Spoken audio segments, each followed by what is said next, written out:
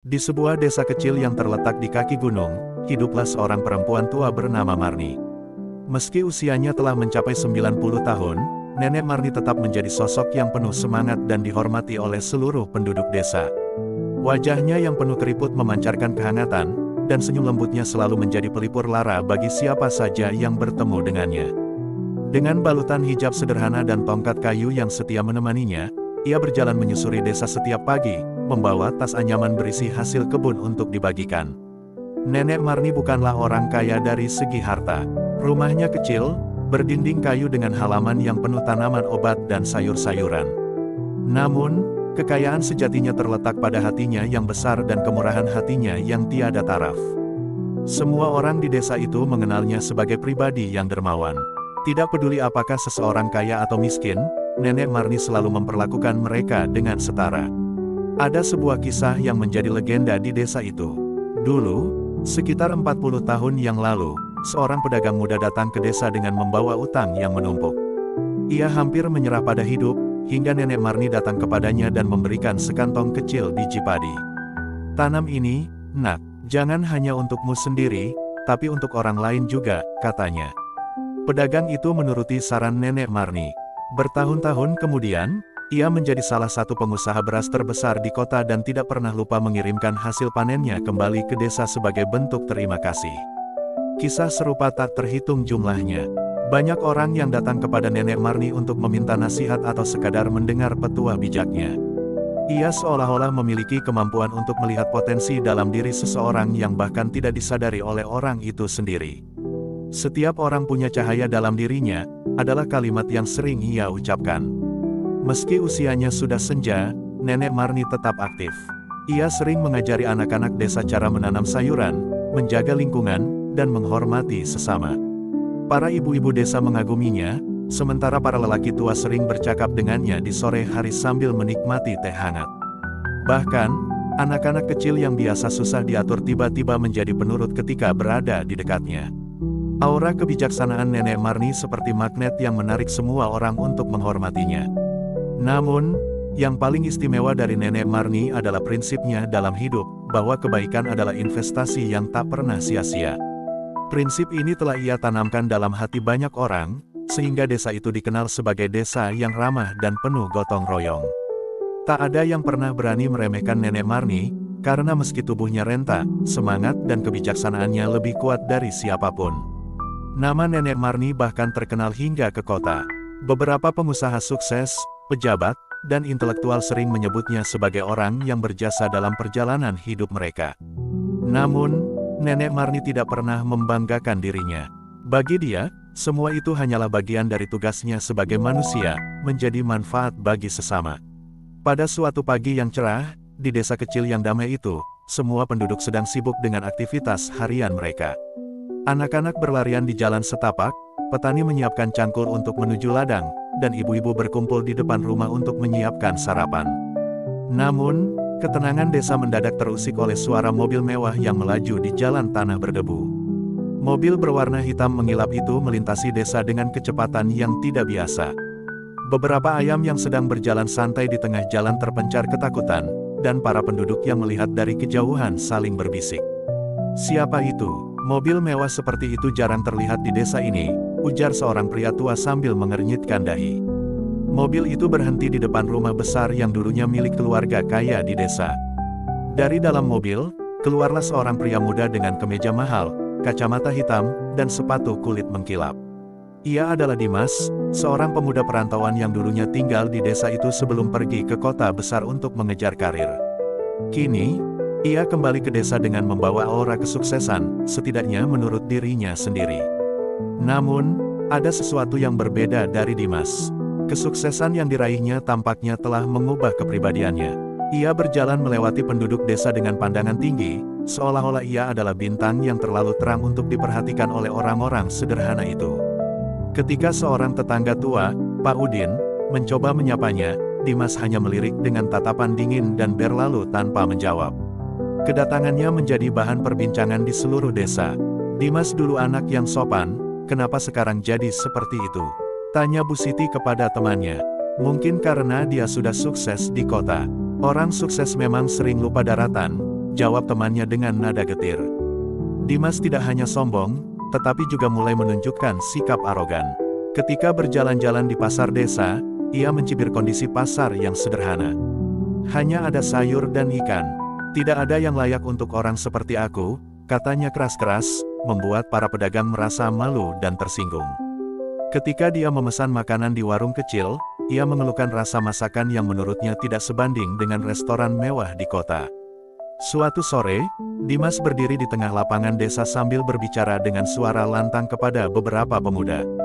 Kalian semua seharusnya bermimpi besar.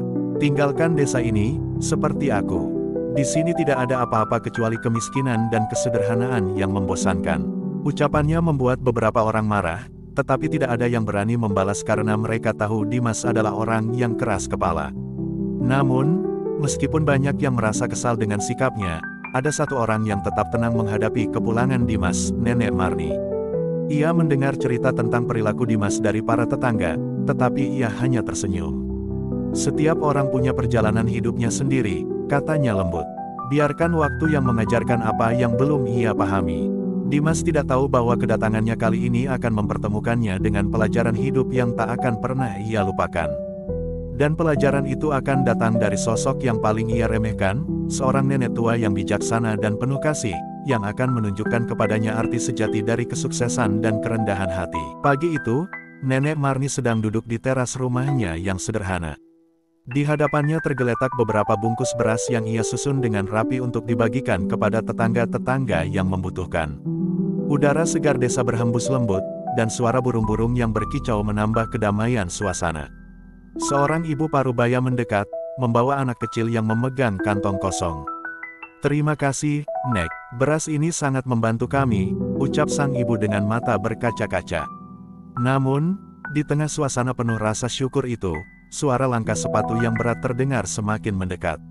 Dimas, yang sedang berjalan melintasi jalan depan rumah Nenek Marni, menghentikan langkahnya. Matanya menangkap pemandangan Nenek Marni yang memberikan beras kepada tetangganya, dan bibirnya menyunggingkan senyum sinis. Jadi ini yang kau lakukan setiap hari, Nek. Memberikan beras cuma-cuma kepada mereka yang malas bekerja, kata Dimas dengan nada tajam. Suaranya cukup keras hingga beberapa tetangga yang berada di sekitar rumah itu menoleh dengan wajah terkejut. Nenek Marni mengangkat wajahnya yang teduh dan tersenyum lembut kepada Dimas. Nak, memberi itu bukan soal siapa yang pantas menerima, tapi soal siapa yang membutuhkan, jawabnya dengan tenang. Dimas tertawa kecil, seolah meremehkan jawaban itu. Tapi mereka jadi bergantung padamu, Nek. Kalau terus diberi, mereka tidak akan belajar berdiri sendiri. Kau mungkin bermaksud baik, tapi apa kau tidak sadar kau justru membuat mereka lemah? Tanyanya, kali ini dengan nada yang lebih menantang. Para tetangga mulai merasa kesal dengan ucapan Dimas, tapi Nenek Marni tetap tenang. Ia menatap Dimas dengan mata penuh kasih, seolah melihat seorang anak kecil yang sedang berusaha memahami sesuatu yang sulit. Nak, hidup ini seperti pohon. Ada yang membutuhkan akar yang kuat, ada yang perlu sinar matahari, dan ada juga yang perlu air. Saat aku memberi, aku hanya menjadi air bagi pohon-pohon yang membutuhkan, katanya sambil menunjuk ke arah kebunnya yang hijau. Dimas menghela napas panjang, merasa bahwa penjelasan itu terlalu sederhana untuk dipahami. Dengar, Nek, di kota, hidup itu keras. Tidak ada yang memberi sesuatu secara gratis. Kalau kau terus berpikir seperti ini, desa ini tidak akan pernah maju, ujarnya dengan nada lebih keras. Nenek Marni hanya tersenyum, kali ini lebih lebar. Kau benar, Nak, hidup di kota mungkin keras. Tapi ingatlah, dunia ini tidak hanya tentang kerasnya perjuangan. Ada juga kelembutan yang menguatkan. Dan jika kau bisa membawa keduanya seimbang, kau akan menemukan makna hidup yang sesungguhnya. Dimas terdiam sejenak, merasa jengkel karena ia tidak bisa membantah kata-kata Nenek Marni. Ia merasa bahwa nenek tua ini terlalu sederhana untuk memahami kompleksitas dunia modern yang ia banggakan. Yah, terserah kau saja, Nek. Aku hanya mencoba memberikan pandangan yang lebih realistis, katanya sambil berlalu dengan langkah yang keras. Para tetangga mendekati Nenek Marni setelah Dimas pergi. Bagaimana kau bisa tetap sabar, Nek? Dia begitu sombong dan tidak sopan, tanya seorang ibu. Nenek Marni tersenyum lembut sambil menatap punggung Dimas yang semakin menjauh. Orang seperti dia hanya perlu waktu untuk belajar, Nak. Kesombongan hanyalah tanda bahwa hatinya belum menemukan kedamaian. Aku yakin suatu saat dia akan mengerti. Namun, Dimas tidak tahu bahwa pertemuannya dengan Nenek Marni pagi itu hanyalah awal dari sebuah pelajaran hidup yang jauh lebih besar. Beberapa hari setelah pertemuan tak menyenangkan itu, Dimas mendengar kabar bahwa ada sebidang tanah kosong di desa yang akan dijual. Tanah itu berada di lokasi strategis, dekat dengan jalan utama dan memiliki pemandangan indah ke arah perbukitan. Tanpa berpikir panjang, Dimas memutuskan untuk membelinya. Ia membayangkan bisa membangun villa mewah di sana, tempat yang akan menjadi simbol kesuksesannya sekaligus bukti bahwa ia lebih unggul dari kehidupan sederhana desa ini. Dimas segera menemui seorang pria bernama Pak Harjo, yang ia dengar menjadi perantara dalam penjualan tanah tersebut. Dengan nada penuh percaya diri, ia berkata, "Saya ingin membeli tanah itu. Katakan saja berapa harganya, saya akan bayar tunai." Pak Harjo tampak ragu-ragu. "Maaf, Mas Dimas, tanah itu sebenarnya belum resmi dijual. Pemiliknya, Nenek Marni, masih mempertimbangkan apakah ia akan menjualnya atau tidak." Mendengar nama itu, Dimas langsung mengerutkan dahi. "Nenek Marni, lagi-lagi nenek tua itu," gumamnya dengan nada sinis. Ia merasa kesal karena sosok yang menurutnya sudah renta itu kembali menjadi penghalang dalam rencananya. Tanpa menunggu lama, Dimas segera menuju rumah Nenek Marni. Dengan langkah cepat dan wajah penuh amarah, ia mengetuk pintu rumah Nenek Marni dengan keras. Pintu itu terbuka perlahan, menampilkan wajah tenang Nenek Marni yang tampaknya sudah menduga kehadiran Dimas. "Ada apa, Nak Dimas?" tanya Nenek Marni dengan suara lembut, meski ia bisa merasakan ketegangan yang memancar dari pria muda itu. "Langsung saja, Nek, saya dengar tanah di dekat perbukitan itu milikmu. Saya ingin membelinya, berapapun harganya, saya bisa bayar," kata Dimas dengan nada arogan, tanpa basa-basi. Nenek Marni menghela napas pelan, lalu menjawab dengan tenang, "Nak, tanah itu memang milikku. Tapi aku belum berniat menjualnya. Tanah itu punya sejarah yang berarti bagi keluargaku. Aku ingin memastikan tanah itu tetap bermanfaat bagi banyak orang." Jawaban itu membuat Dimas semakin kesal. "Apa yang kau maksud dengan bermanfaat? Kau hanya membiarkan tanah itu kosong. Kalau aku yang memilikinya, aku bisa membangun sesuatu yang besar. Desa ini terlalu kecil untuk memahami potensinya," ujar Dimas sambil menahan amarah. Nenek Marni tidak terpengaruh oleh nada bicara Dimas yang kasar.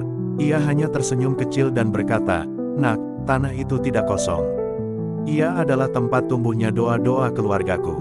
Tidak semua hal harus diukur dengan uang atau bangunan megah." Kata-kata Nenek Marni itu seperti menyiram bensin ke api ego Dimas. Ia menganggap nenek tua ini tidak memahami dunia modern yang serba cepat dan berorientasi pada keuntungan. "Nek, kau hidup di masa lalu. Di kota, orang seperti kau tidak akan bisa bertahan sehari pun. Kalau kau tidak mau menjual tanah itu, kau hanya menghambat kemajuan desa ini," seru Dimas dengan nada keras. Tetangga-tetangga yang mendengar keributan itu mulai berkumpul di sekitar rumah Nenek Marni.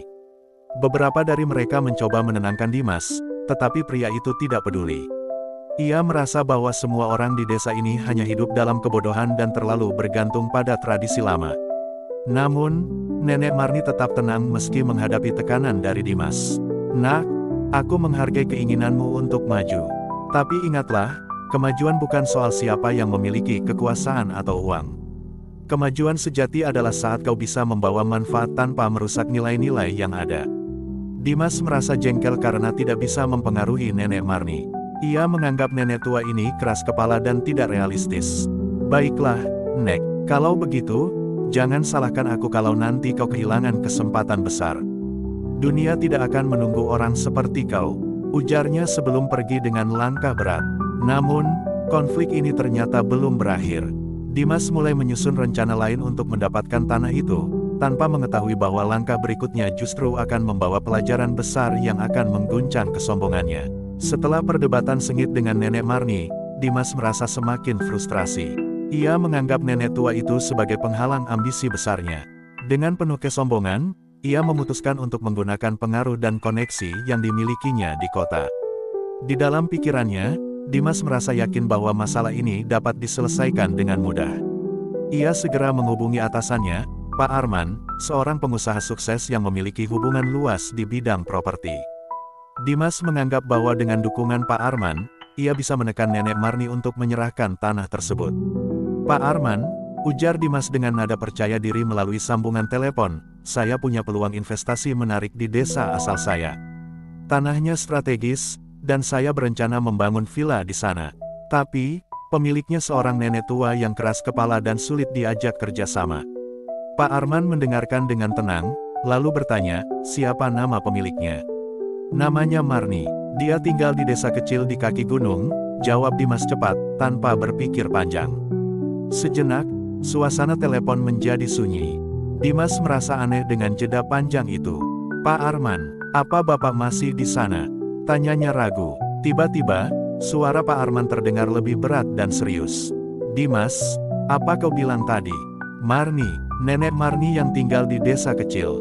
"Iya," jawab Dimas, bingung dengan nada suara bosnya yang berubah. Pak Arman terdengar menghela napas panjang sebelum melanjutkan. "Dimas, kau tahu siapa Nenek Marni? Dia adalah salah satu guru terhebat dalam hidupku. Jika bukan karena dia, aku tidak akan ada di posisi seperti sekarang." Kata-kata itu menghantam Dimas seperti petir di siang bolong. "Guru hidup, maksud Bapak apa?" tanyanya dengan suara bergetar. Pak Arman mulai bercerita. "Dulu, saat aku memulai bisnis, aku mengalami masa-masa sulit. Tidak ada yang percaya padaku. Aku hampir menyerah. Tapi suatu hari, aku bertemu Nenek Marni.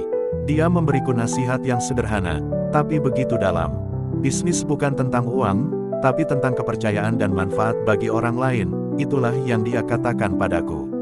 Nasihat itu mengubah cara pandangku.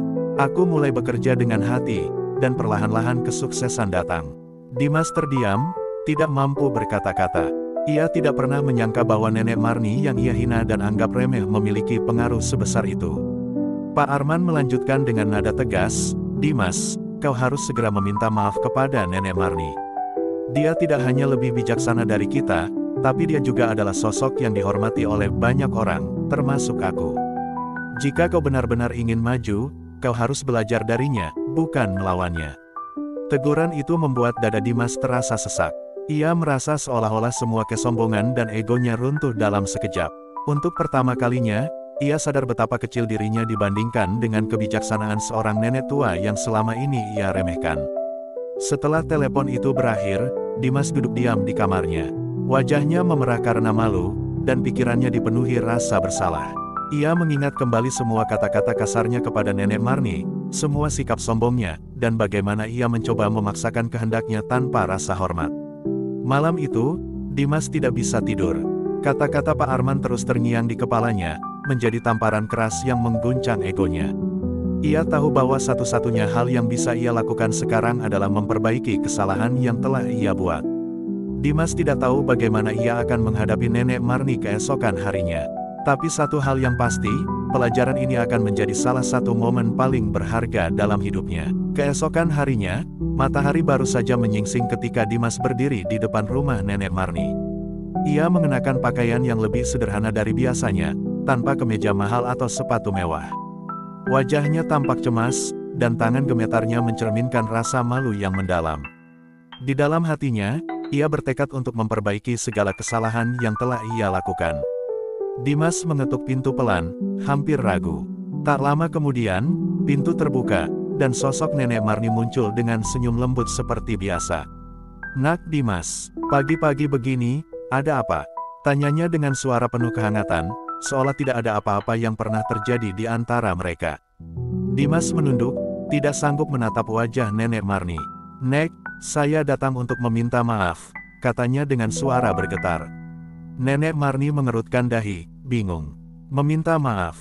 Untuk apa, Nak?" Dimas menarik napas dalam-dalam, lalu berkata, "Untuk semua kata-kata kasar saya, untuk semua sikap sombong saya, dan karena saya telah meremehkan nenek. Saya salah besar, saya terlalu dibutakan oleh kesuksesan kecil saya sehingga lupa bagaimana menghormati orang lain, terutama seseorang seperti nenek yang jauh lebih bijaksana." Suasana hening sejenak. Para tetangga yang kebetulan lewat berhenti dan melihat kejadian itu dengan rasa kagum. Mereka tidak menyangka pria yang selama ini arogan itu akhirnya merendahkan dirinya di depan Nenek Marni. Nenek Marni tersenyum lembut, lalu menepuk bahu Dimas. "Nak, setiap orang pernah berbuat salah. Yang penting adalah kesadaran untuk memperbaikinya. Aku sudah lama memaafkanmu, bahkan sebelum kau datang ke sini. Mendengar itu, air mata Dimas perlahan mengalir. Ia merasa semakin malu karena Nenek Marni, meski telah diperlakukan dengan buruk, tetap menunjukkan kasih sayang yang tulus. "Terima kasih, Nek. Saya tidak tahu bagaimana bisa menebus kesalahan saya," ucapnya sambil terisak. Nenek Marni mengajak Dimas duduk di bangku kayu di teras rumahnya. Di sana, ia mulai bercerita tentang masa lalunya, tentang perjuangannya mempertahankan tanah itu, dan alasan mengapa ia tidak ingin menjualnya. "Tanah itu adalah peninggalan almarhum suamiku. Di sanalah kami dulu bercocok tanam dan membangun mimpi bersama. Tapi lebih dari itu, tanah itu adalah simbol harapan. Aku ingin tanah itu tetap menjadi tempat yang memberi manfaat bagi orang banyak, bukan hanya untuk keuntungan pribadi." Dimas mendengarkan dengan penuh perhatian. Setiap kata yang keluar dari mulut Nenek Marni terasa seperti pelajaran hidup yang berharga. Ia akhirnya menyadari betapa sempit cara pandangnya selama ini. "Nak," lanjut Nenek Marni, "kesuksesan sejati bukan hanya tentang apa yang kau miliki, tetapi tentang bagaimana kau bisa memberi dan berbagi. Uang dan harta tidak akan kau bawa mati, tapi kebaikanmu akan dikenang selamanya." Kata-kata itu begitu menusuk hati Dimas. Ia menyadari bahwa selama ini ia terlalu fokus pada ambisi pribadi tanpa memikirkan dampaknya bagi orang lain. "Nek, saya ingin berubah. Saya ingin belajar bagaimana menjadi pribadi yang lebih baik. Maukah nenek membantu saya?" tanyanya dengan tulus. Nenek Marni tersenyum, kali ini lebih lebar. "Tentu, Nak. Aku akan selalu mendukung siapapun yang ingin belajar menjadi lebih baik. Kau sudah mengambil langkah pertama dengan menyadari kesalahanmu. Itu adalah awal yang baik." Dimas merasa lega dan bersyukur. Meski rasa malunya belum sepenuhnya hilang, ia kini memiliki tekad baru untuk memperbaiki hidupnya. Ia berjanji pada dirinya sendiri untuk menjadi seseorang yang lebih rendah hati, lebih peduli, dan lebih bijaksana. Hari itu, Dimas tidak hanya mendapatkan maaf dari Nenek Marni, tetapi juga pelajaran hidup yang akan selalu ia bawa kemanapun ia pergi. Beberapa bulan setelah pertemuan itu, Dimas benar-benar berubah. Ia mulai melibatkan diri dalam kehidupan desa, belajar dari Nenek Marni, dan membantu penduduk sekitar dengan cara yang lebih bermakna. Ego dan kesombongannya perlahan terkikis, berganti menjadi kerendahan hati yang tulus. Dimas sering terlihat di kebun bersama para petani, mendengarkan cerita tentang perjuangan hidup. Ia membantu memperbaiki irigasi desa, membangun gudang penyimpanan hasil panen, dan bahkan menawarkan pelatihan sederhana tentang pengelolaan keuangan yang ia pelajari selama bekerja di kota. Penduduk desa mulai memandangnya dengan rasa hormat yang baru karena ketulusannya. Namun, perubahan terbesar terjadi ketika Dimas bersama Nenek Marni mencetuskan sebuah ide besar. "Nek," kata Dimas suatu sore di bawah pohon besar di tanah milik Nenek Marni, "bagaimana kalau kita jadikan tanah ini sebagai pusat kegiatan desa? Tempat anak-anak belajar, petani berbagi ilmu, dan penduduk berkumpul untuk bermusyawarah." Mata Nenek Marni berbinar mendengar gagasan itu. "Itu ide yang indah, Nak. Tanah ini memang seharusnya menjadi tempat yang memberi manfaat bagi semua orang," jawabnya sambil tersenyum penuh kebanggaan. Dimas pun segera bergerak. Dengan dana yang ia kumpulkan dan bantuan dari para penduduk desa, tanah itu diubah menjadi sebuah pusat komunitas sederhana yang diberi nama Lembah Harapan. Di sana, terdapat ruangan untuk belajar, perpustakaan kecil, dan sebuah area terbuka untuk berkumpul. Anak-anak desa kini memiliki tempat untuk membaca buku dan belajar keterampilan baru. Para petani mulai mengadakan pelatihan modern tentang pertanian organik. Nama Lembah Harapan menyebar luas, bahkan sampai ke kota. Banyak orang dari luar desa datang untuk melihat langsung tempat yang menjadi simbol kebersamaan dan kemajuan tanpa melupakan akar tradisi.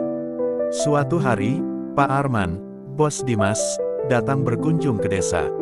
Ia berdiri di depan pusat komunitas itu, terpesona dengan apa yang telah Dimas capai. "Dimas, aku bangga padamu. Kau akhirnya mengerti pelajaran yang Nenek Marni ajarkan. Kau tidak hanya berubah, tapi juga membawa perubahan untuk orang lain," ucap Pak Arman dengan mata yang berkaca-kaca. Dimas tersenyum penuh rasa syukur. "Semua ini bukan karena saya, Pak.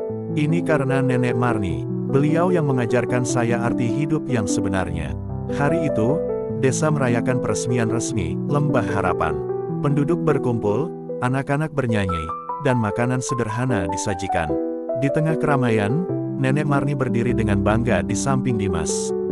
Meski tubuhnya mulai lemah karena usia, senyumnya tetap memancarkan kehangatan yang luar biasa. Namun, beberapa minggu setelah perayaan itu, kabar duka mengguncang desa. Nenek Marni berpulang dengan tenang di rumahnya, dikelilingi oleh keluarga dan orang-orang yang mencintainya. Kepergiannya meninggalkan duka mendalam, tetapi juga warisan yang abadi. Di hari pemakamannya, desa dipenuhi oleh orang-orang dari berbagai tempat yang datang untuk memberikan penghormatan. Dimas berdiri di depan makamnya, memegang secarik kertas. Dengan suara bergetar, ia membacakan surat terakhir yang ia tulis untuk Nenek Marni. "Nek, terima kasih telah membuka mata dan hati saya. Kau mengajarkan saya bahwa sukses bukan tentang apa yang kita miliki, tetapi tentang apa yang kita beri. Kau pergi, tapi ajaranmu akan selalu hidup di hati kami. Aku berjanji akan menjaga apa yang telah kau bangun dan meneruskan warisanmu. Selamat jalan, Nek, kau adalah cahaya yang tak pernah padam." Air mata mengalir di wajah para penduduk desa, termasuk Dimas. Hari itu, semua orang menyadari bahwa meski Nenek Marni telah tiada, semangatnya akan terus hidup melalui lembah harapan, melalui hati-hati yang telah ia sentuh, dan melalui pelajaran-pelajaran yang ia tinggalkan. Dimas, yang dulu datang dengan kesombongan, kini menjadi pemimpin yang rendah hati di desa. Ia tidak hanya berubah, tetapi juga menjadi simbol dari pelajaran hidup yang begitu dalam.